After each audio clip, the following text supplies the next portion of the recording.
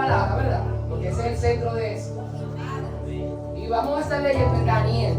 Es una palabra que un grupo ya hemos compartido, pero el Señor le place que lo compartamos de nuevo. Y entonces, si usted no estuvo en ese grupo, atento porque aquí se apunte.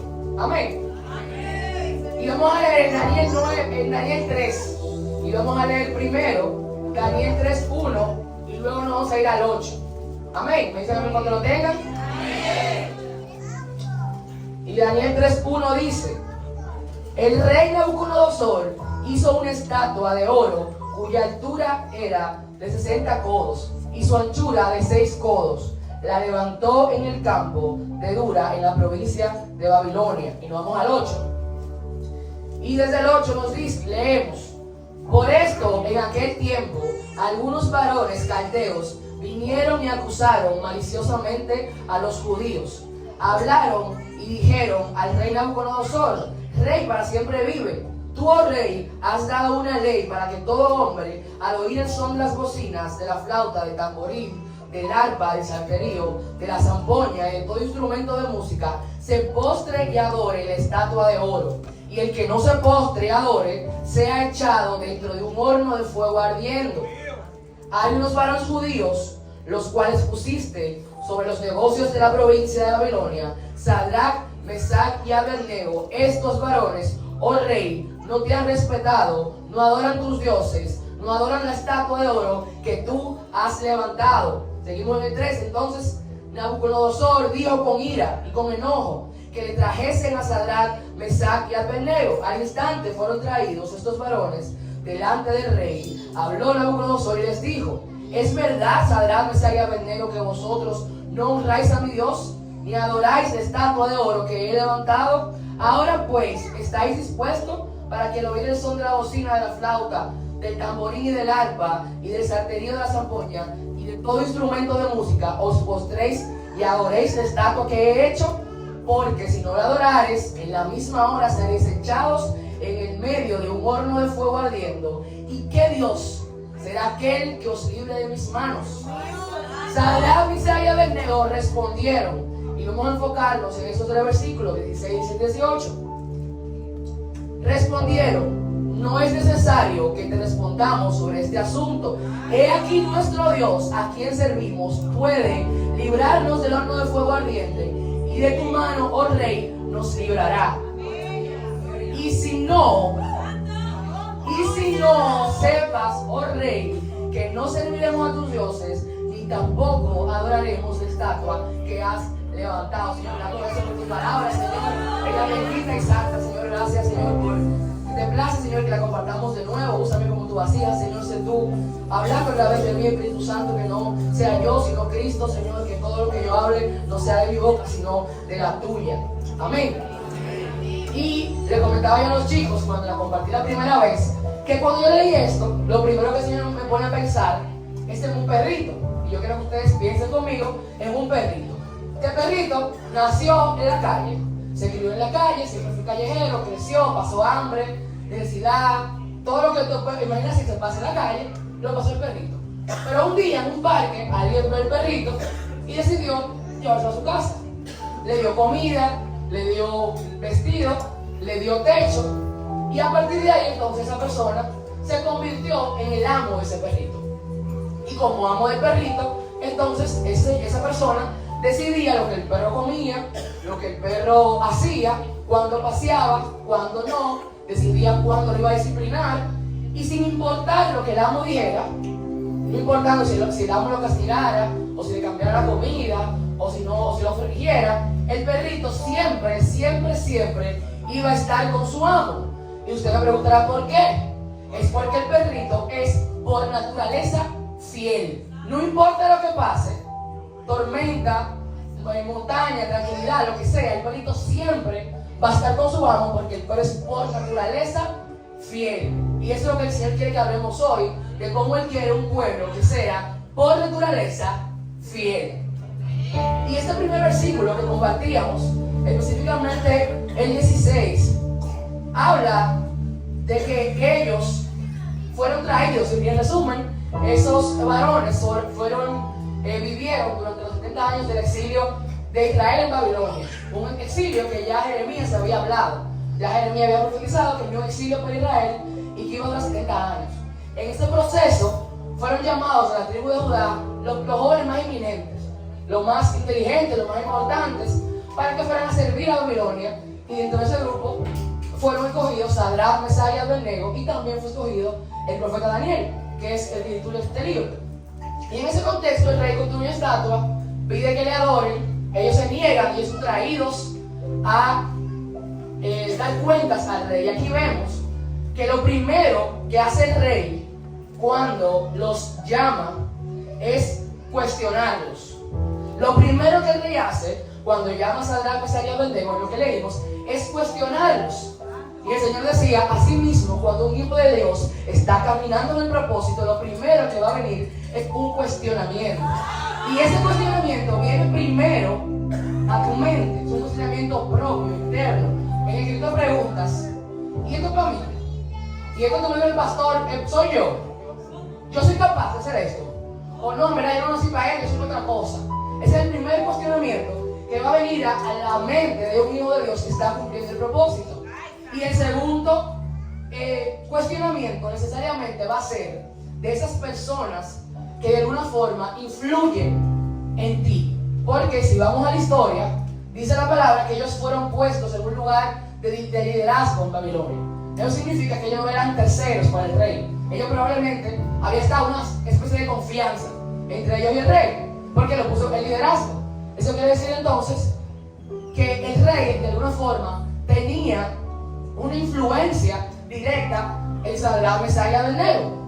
No obstante, ellos estaban bastante claros de que a pesar de que Sadrach, Mesach y Abednego en algún momento los benefició, que Nabucodonosor los benefició, ellos sabían que no le debían nada al rey. Y el Señor te dice hoy, tú no le debes nada al mundo. No importa cuánto el mundo te pudo haber beneficiado, no importa cuánto el mundo te pudo haber dado en un momento, tú no le debes nada al mundo. Y es porque esa boca que en algún momento pudo ser usada para bendición, en otro momento también la misma boca va a ser usada para maldición. Y vemos la historia de Pedro. Pedro en Mateo 16, al principio del capítulo, Mateo 16, declara que Jesús es el Cristo. La primera declaración así textual de que Jesús es el Cristo la hace Pedro, y Jesús le dijo, eso tiene que ser revelado en carne y sangre. Esto quiere decir que Pedro recibió una iluminación del Espíritu Santo directamente, incluso antes del Espíritu Santo haber descendido. Y en ese mismo capítulo, en el 27, Pedro, la misma boca que usó para declarar el misterio de Cristo que todavía no ha sido revelado, es la misma boca que usa para querer impedir que Jesús vaya a la cruz. Y esa boca que él dice, aparte de Satanás. O sea, la boca que Jesús primero bendijo y le dijo, eso no fue tú que lo dijiste, sino el Espíritu Santo en ti, es la misma boca que él después reprende porque se va a usar del diablo. Eso quiere decir que la boca que en algún momento te benefició también te puede maldecir. Por lo tanto, tú no puedes estar atento a boca de nadie, sino solamente a la boca de Dios.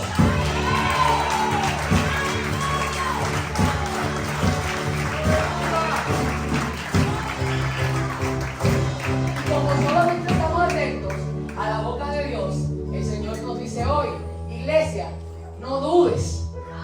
Iglesia, no dudes de lo que ya yo te he dicho. Ya yo te he revelado el propósito que yo tengo para ti.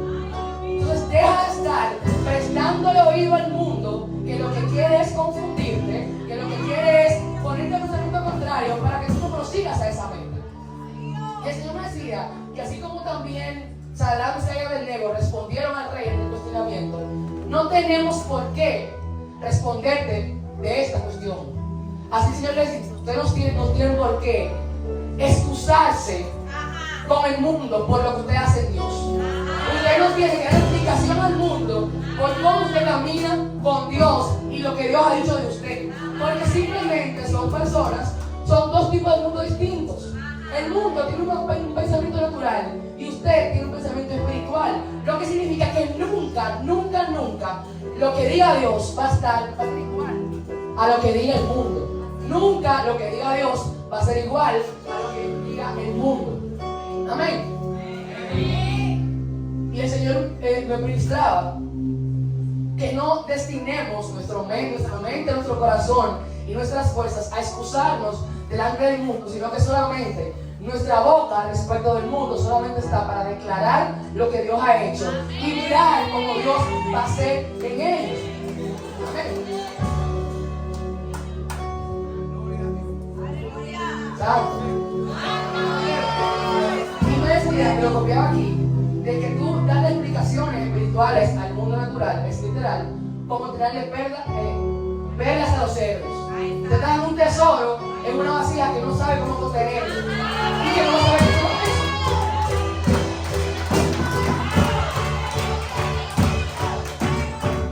es. Seguimos leyendo los 3 versículos que yo le dije que nos íbamos a enfocar en esta palabra, que es el 17, dice: he aquí nuestro Dios a quien servimos puede librarnos del horno de fuego ardiendo, y de tu mano, Rey, nos librará. Y Sadrach, Mesach y Abednego no tenían ninguna duda de que el Dios a quien ellos le creían podía librarlos del fuego.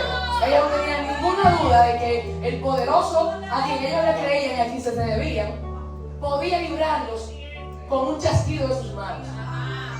Y ellos estaban tan conscientes de ese Dios, era porque también estaban tan conscientes de su identidad en Dios. Ellos sabían que ellos no eran esos babilónicos, esos nombres babilónicos que les fueron entregados cuando llegaron, sino que tenían una naturaleza espiritual de eternidad que era determinada por su descendencia israelita. Y esos nombres que le fueron puestos de Sadrach, Mesach y Abednego fueron nombres babilónicos, pero sus nombres reales eran Ananías, Misael y Azarías, que significa Jehová ha favorecido, el que pertenece a Dios, y Jehová le ha ayudado. Eso significa entonces que ellos sabían que Jehová los había favorecido y no el rey. Ellos sabían que ellos le pertenecían a Jehová y no al rey. Y ellos sabían que su ayudador era Jehová, sin importar lo que el rey hiciera o dijera. Y ellos estaban claros de que así como el Señor abrió el mar para que Moisés y los israelitas cruzaran en seco, así también el Señor tenía el poder de hacer lo imposible posible. Y el Señor me dice hoy: lo imposible en Dios es posible. A los que caminan en fidelidad, porque recordemos que las promesas están vinculadas al mandamiento. Las promesas son vacías para que la paren. Las promesas son para aquellos que cumplen el mandamiento. Y el Señor me dice hoy: para que el camine en fidelidad, entonces todo va a ser posible. Amén.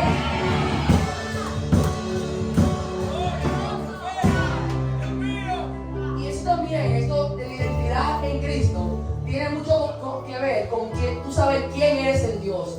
Y pensemos un momento, que la Biblia no lo dice, pero lo podemos deducir, de que Sadrach, Mesach y Abednego, como estaban en el exilio, no tenían un líder. Ellos no tenían un pastor al cual reportarse, no tenían un levita al cual rendirle cuenta, no tenían un padre a quien ellos que velara porque hicieron lo correcto. O sea que técnicamente ellos tenían la libertad de hacer lo que ellos quisieran. Porque uno, nadie lo estaba supervisando, y dos, probablemente por el contexto de que somos exiliados, la mayoría los iba a excusar. Porque es un tema de o tú te apostas o te mueres. O sea, en una situación como esa, van a intentar que ustedes nos manden exiliados a un país extranjero, probablemente todo el que esté ahí va a decir: está bien, nos mostramos, por salvar su vida. Pero ellos estaban tan claros en quiénes ellos eran en Dios, y que a pesar de que los ojos de los levitas no estaban sobre ellos, los ojos de Jehová sí estaban sobre ellos. Y que a pesar de que nadie los supervisaba, de que quizás no tenían que rendirle cuenta a nadie, ellos tenían que rendirle cuenta primero a Dios. Y que postrarse ante una estatua creada por el hombre iba a ser contritar el corazón de Dios. Y ellos decidieron entonces serle fieles a Dios, ser íntegros con Dios, aun cuando nadie los viera. Aun cuando nadie los viera, ellos dijeron: yo le soy fiel a Dios. No porque alguien me vea o me supervise, no porque alguien haga o no haga, sino que yo soy fiel a Dios por quien Dios es. Y así mismo el Señor demanda de su pueblo integridad. El Señor no quiere que usted venga a cumplir una obligación. El Señor no quiere que usted venga a ocupar una silla porque el pastor lo llamó y no quiere que lo llame más. El Señor quiere que usted viva en integridad Y lo que usted canta, profese, brinque y dice amén y arrebata, lo viva.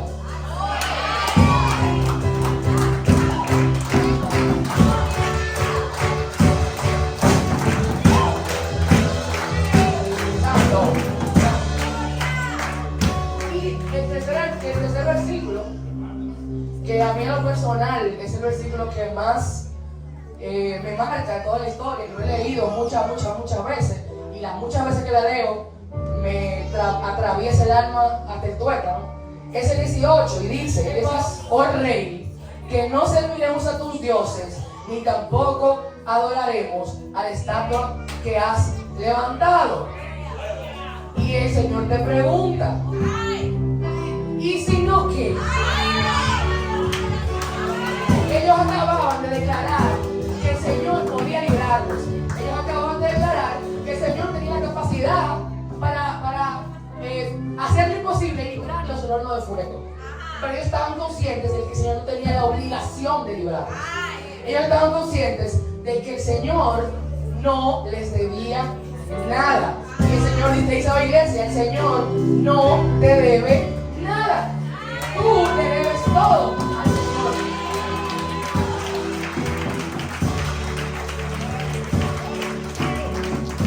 Y ellos estaban conscientes que aun cuando el Señor permitiera que se quemara en el horno de fuego, el Señor seguiría siendo Dios. Que Dios seguía fiel a pesar de que el resultado quizá no era el esperado. Y eso pasó varias veces en la Biblia. Vemos a Job. En Job 6 dice: Señor, quítame este pesar, este malestar, toda esta situación que le vino a Job. Y el Señor le dijo: no. Pablo, diciendo a Corintios, le dice: Señor, quítame este aguijón en la carne, este enviado de Satanás, como dice la palabra, que según muchos piensan era una enfermedad en el físico. Ese aguijón de la carne, muchos piensan que era que no tiene una enfermedad. Y el Señor: quítame esto, límpiame. Y el Señor te dice: no. A Pablo le dijo: no, bástate en mi gracia, porque mi poder se va a perfeccionar en tu debilidad.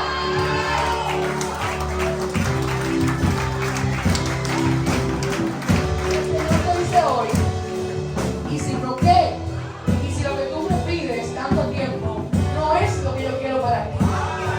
Y ese sueño que tú tienes no es el que yo tengo para ti. Y ese plan por el cual tú estás pasando no solo el que yo tengo. Entonces, si no, ¿qué? ¿Soy menos Dios? ¿Porque no lo que tú quieres? ¿Soy menos fiel? ¿Porque no cumplo tu deseo? ¿Soy menos bueno? ¿Soy yo, Dios, menos bueno? Porque tu plan no es mi plan.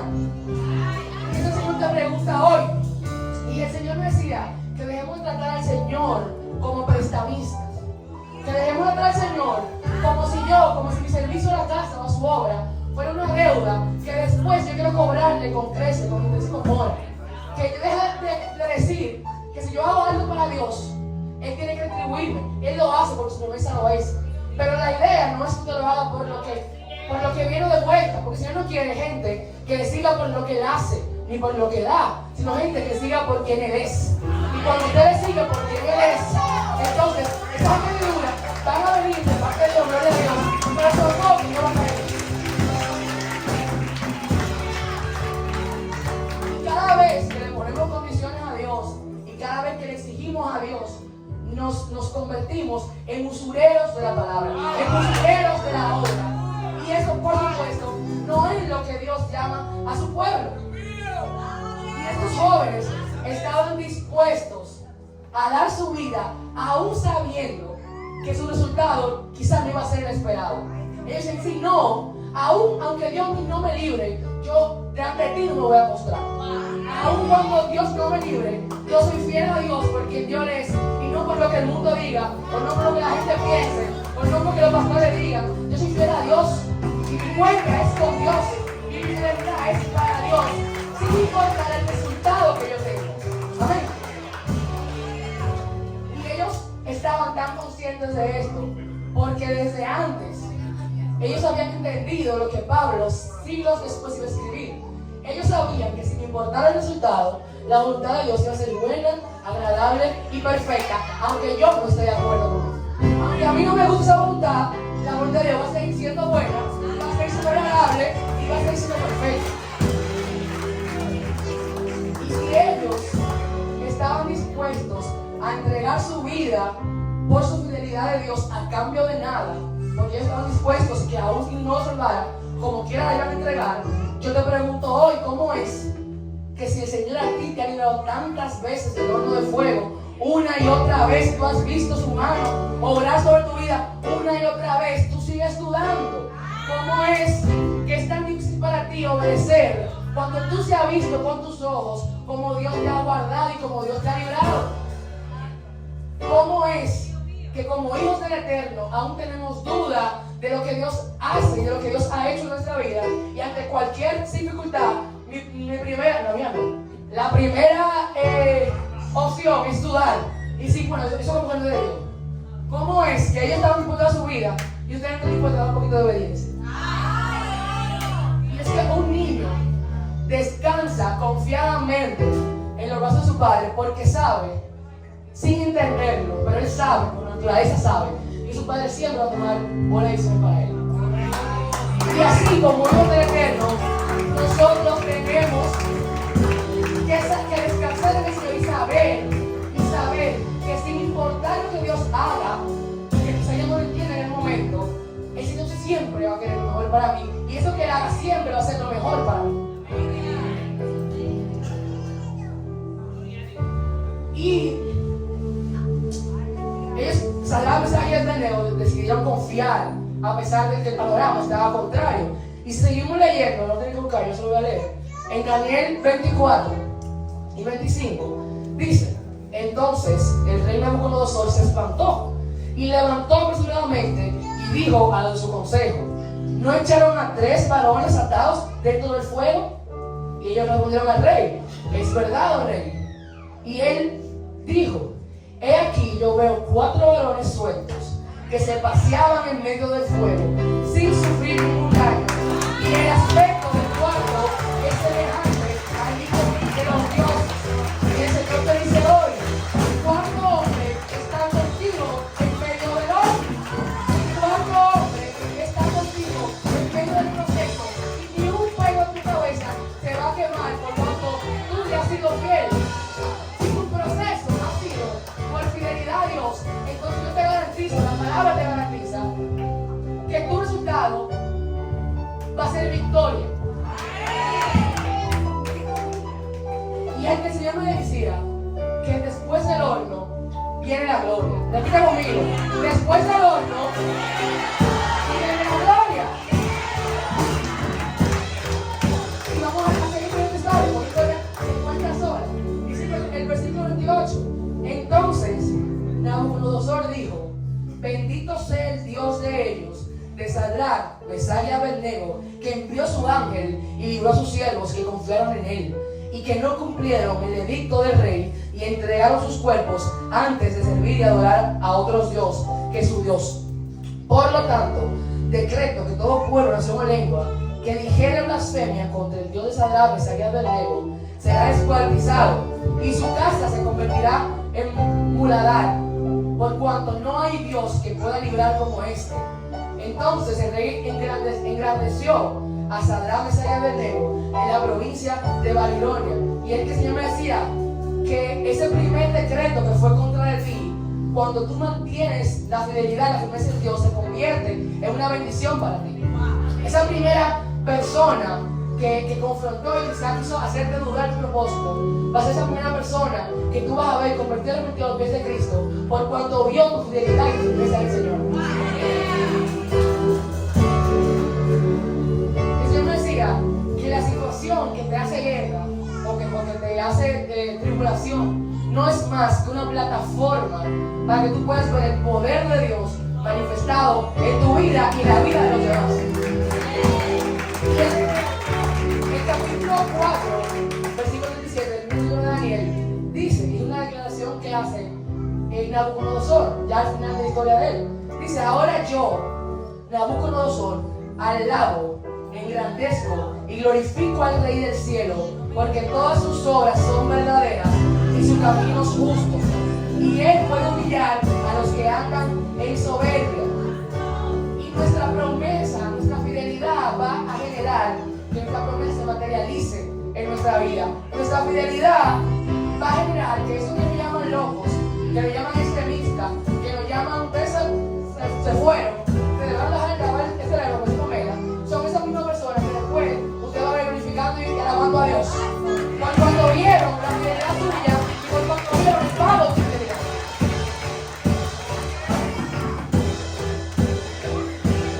Y el Señor te dice hoy, iglesia, empieza por ti. El cambio en tu familia empieza por ti. El cambio en tu matrimonio empieza por ti. El cambio en tu lugar de trabajo, en tu circunstancia, empieza por ti. Entonces, iglesia, de parte de Dios, ya basta. Ya basta de estar pidiendo bendición, de estar pidiendo provisión, de estar pidiendo que Dios lo ayude y lo use, cuando lo que usted tiene es una careta de fidelidad. Cuando usted es una fidelidad falsa, que no se lo cree ni el mundo, mucho menos Dios, sino solamente usted. No se cree el que finge fidelidad, solamente usted, porque ni el diablo, ni Dios, ni el mundo se lo cree. Y el Señor me decía, ya basta de aparentar tener una relación conmigo que no existe. Ya basta de postrarte, de remolinearte en el medio, de echar la bajanda de Bacucu, cuando tú, en tu intimidad, tú me apartado de Dios.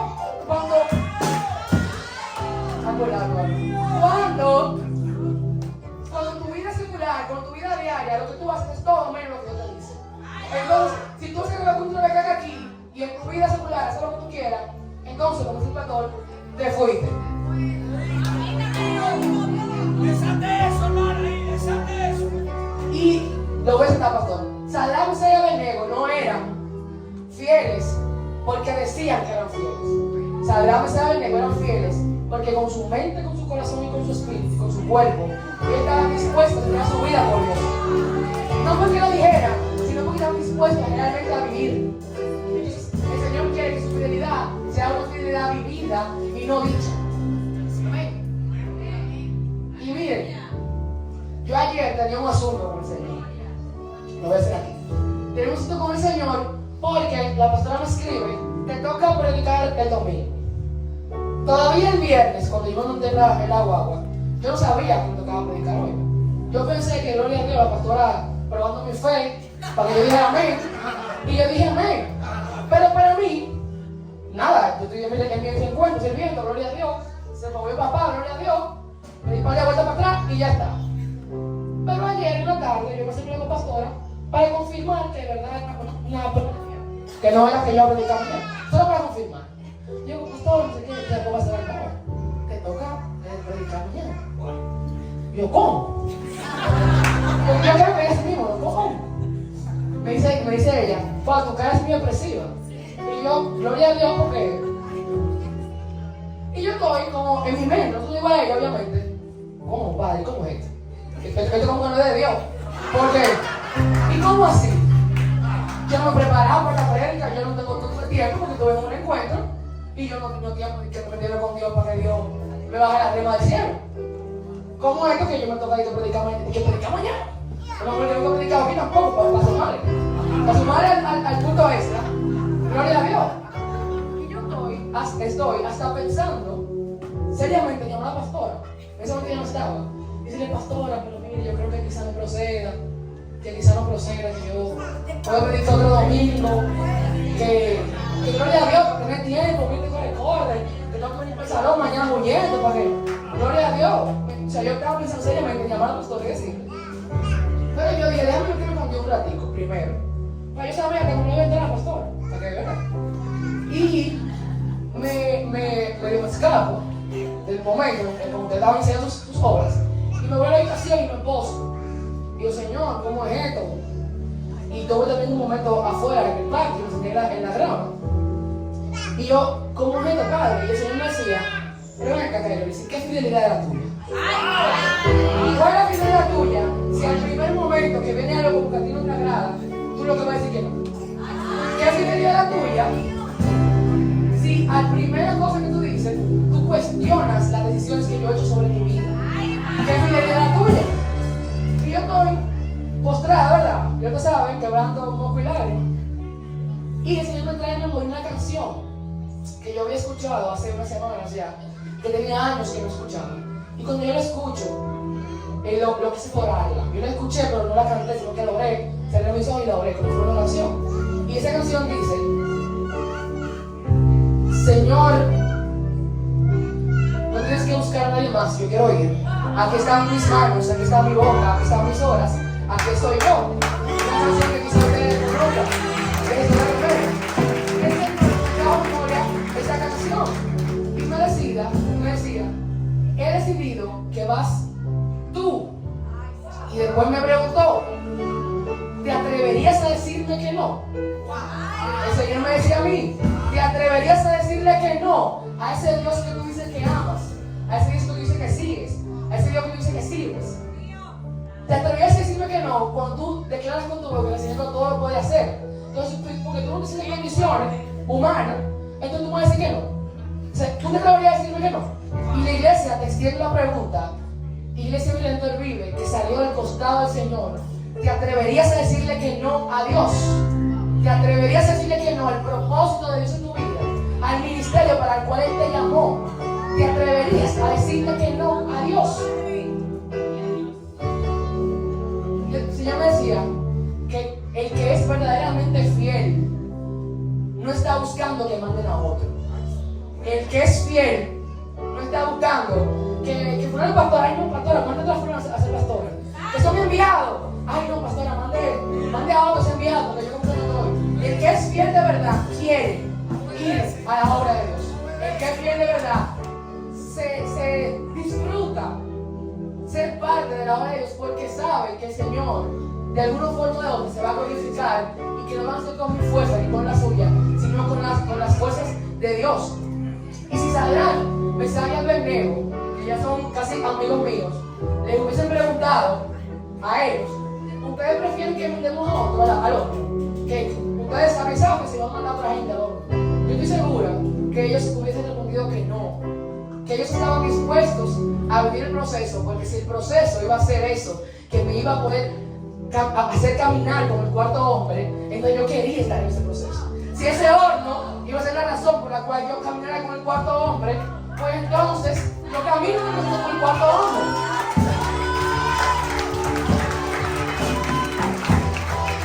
Y aquí es nuestra diferencia. Yo necesito un pueblo que me diga sí y amén. Y lo repito, necesito un pueblo que me diga sí y amén. Y cuando este sí y amén que usted le da a Dios, a usted lo confronta, como que le hace algo por dentro, ese sí y amén que usted le da a Dios, entonces le digo, querido hermano, que usted va caminando en dirección al propósito. Si ese sí y amén a usted le choca, pues entonces usted está por el camino correcto. Porque lo que usted no choca quiere decir que le agrada su carne. Y como ustedes algunos hermanos saben, lo que agrada su carne, pues simplemente no agrada a Dios. Y el Señor te dice hoy, da el paso, iglesia. Da el paso de fe y de fidelidad al Señor. No pierdas más el tiempo vendiendo caretas de fidelidad que no se la cree nadie. Sino tú decides de verdad serle fiel a Dios y mira con tus ojos como Dios te va a glorificar. Y era como decía Pedro, sean firmes en su vocación y elección. Dice el Señor, sean firmes en lo que ustedes han decidido por mí. Y como ustedes sean firmes, entonces yo voy a poder decir, el Señor va a poder decir, estos son hijos fieles que merecen la recompensa y el galardón, que al final se vieron al final de la carrera. Y al final el llamado del Señor es que necesita un pueblo que le sea fiel por naturaleza, sin importar lo que esté pasando, sin importar la tribulación que se levante, sin importar cuántos hornos de fuego se prendan. El Señor necesita una generación, un pueblo que le sea fiel por quien Dios es y no por lo que hace. Un pueblo fiel por lo que Dios es y no por lo que da. Que sea un pueblo fiel en tiempo y fuera de tiempo, sabiendo que el Señor va a obrar de tu soberanía y que no importa lo que haga Dios, Dios siempre va a ser fiel, siempre va a ser bueno, siempre va a ser misericordioso, y que sus planes siempre van a ser de bendición para mí. Si caminamos en ese orden, si caminamos en esa fidelidad, entonces el Señor nos garantiza que el cuarto hombre siempre va a nuestro Señor. Amén.